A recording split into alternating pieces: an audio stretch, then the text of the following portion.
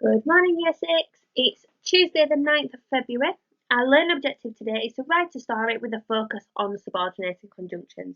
So it's exactly the same success criteria as yesterday. It is still our focus to get those subordinating conjunctions into our work today. You might also get some coordinating ones in there, but it's subordinating that I'm looking for. So if you move to the next slide, we're going to have a look at some sentences. So here's my sentences for one of my paragraphs today. It says, the men stood up from the ground, but they were made from stone. They couldn't move because their face was still. Gukamaz was sad. However, Tepu said, why can't they move? So I just want you to think about this. Okay, just have a think about it for a minute. Once you're ready, go on to the next slide and we're going to discuss it.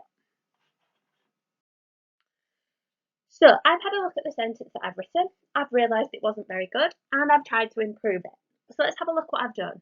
So instead of the men stood up from the ground but they were made of stone, I don't think the but really works there, because if they were made of stone they probably would struggle to stand up. So I've changed that there, saying the stone men stood on the ground.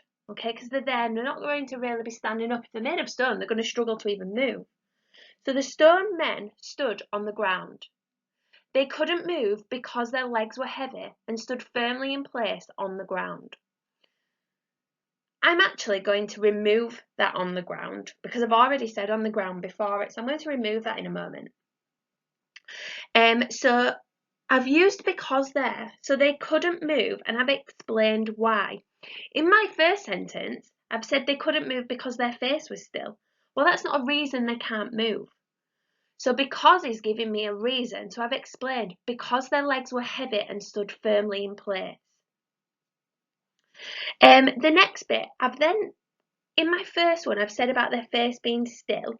So I've tried to expand on that. So I've used if to start my sentence. If they tried to smile, nothing happened.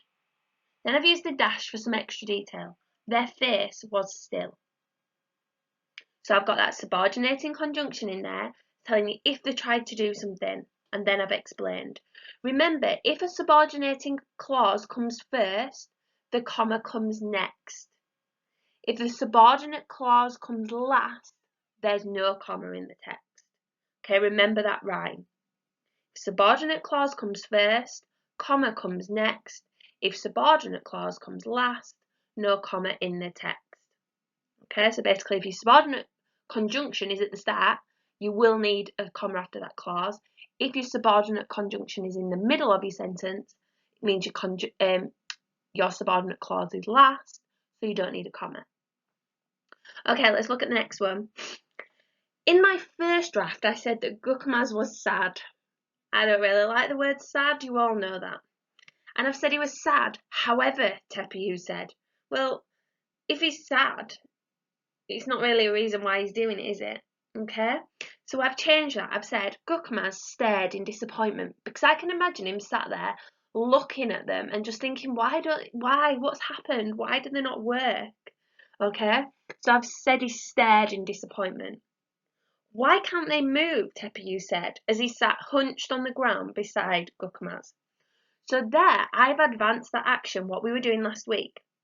If he's sat hunched on the ground, he's feeling fed up. You know, if you were sat on the ground and you're all hunched over, you know, you're feeling a bit fed up and you don't know why something isn't happening and you're miserable, okay? So I'm painting that picture into that reader's mind, okay? So hope you can see how I've improved that there. Hope you can see how I've used those two conjunctions and I've advanced that action. So that's what you need to be doing in your writing today.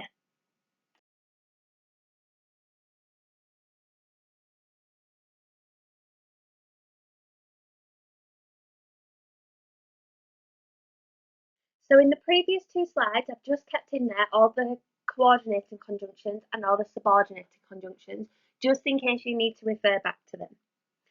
Just to remind you of our success criteria, what you're trying to meet today, you need to be using expanded noun phrases and inverted commas for your speech. You need to be trying to use reported clauses to advance the action, move the story forward, help the reader to visualise. Use vocabulary for purpose, okay, so really thinking about those words that you're using, and use subordinating conjunctions. You might also use coordinating, but our focus, our learning objective is about the subordinating. Remember, if you're trying to push yourself a little bit further, you'll be trying to use a colon or a semicolon to mark those clauses. Okay?